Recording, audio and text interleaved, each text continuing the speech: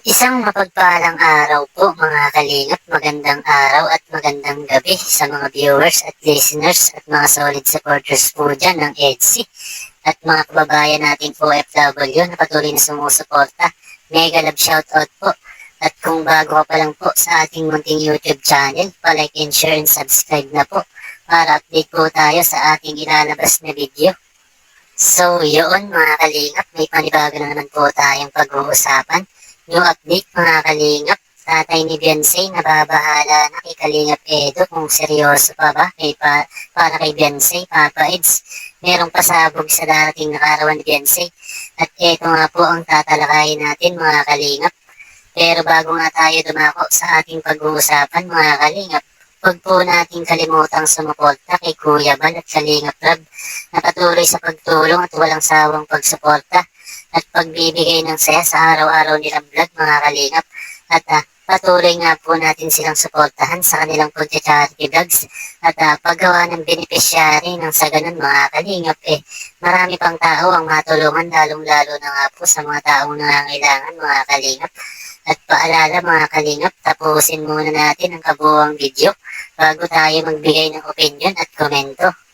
At yan na nga mga kalingap, balik po tayo sa ating pinag-uusapan patungkol nga po dito sa tatay ni Beyonce na nababahala nga po kay Papa Eds at bali-balita nga po sa karamihan meron nga po itong pasabog itong si Papa Eds sa darating na kaarawan ni Beyonce mga kalingap. At hindi nga po makapaghintay itong si Tatay Beran mga kalingap sa pasurpresa ni Papa Eds at naisip nga po ng ama ni Beyonce na baka magsabi na nga o magtapat na nga itong si Papa Eds mga kalingap.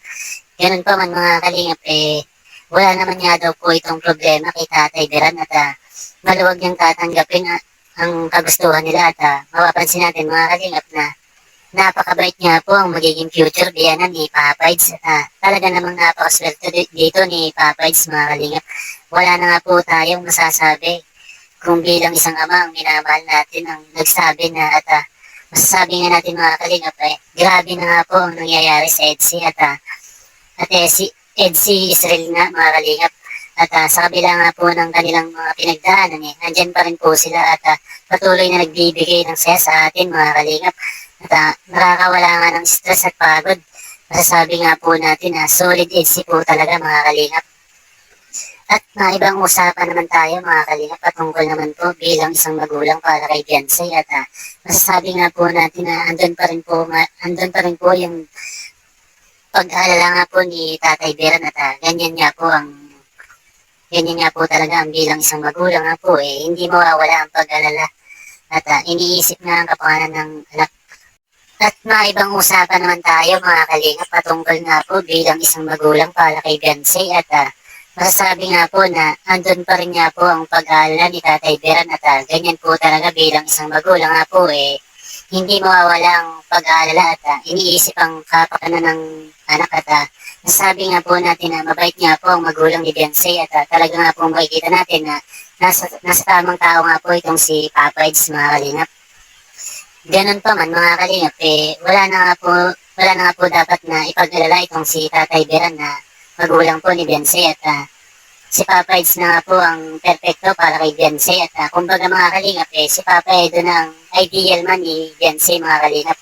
At ang hinahanap naman nga po nitong si Papa Eds yung katulad nga po ni Beyonce. So yun nga mga kalingap at para sa akin mga kalingap nararamdaman ko nga po na may pasabog at pasurpresa itong si Papa Eds sa kaarawan nga po ni Beyonce.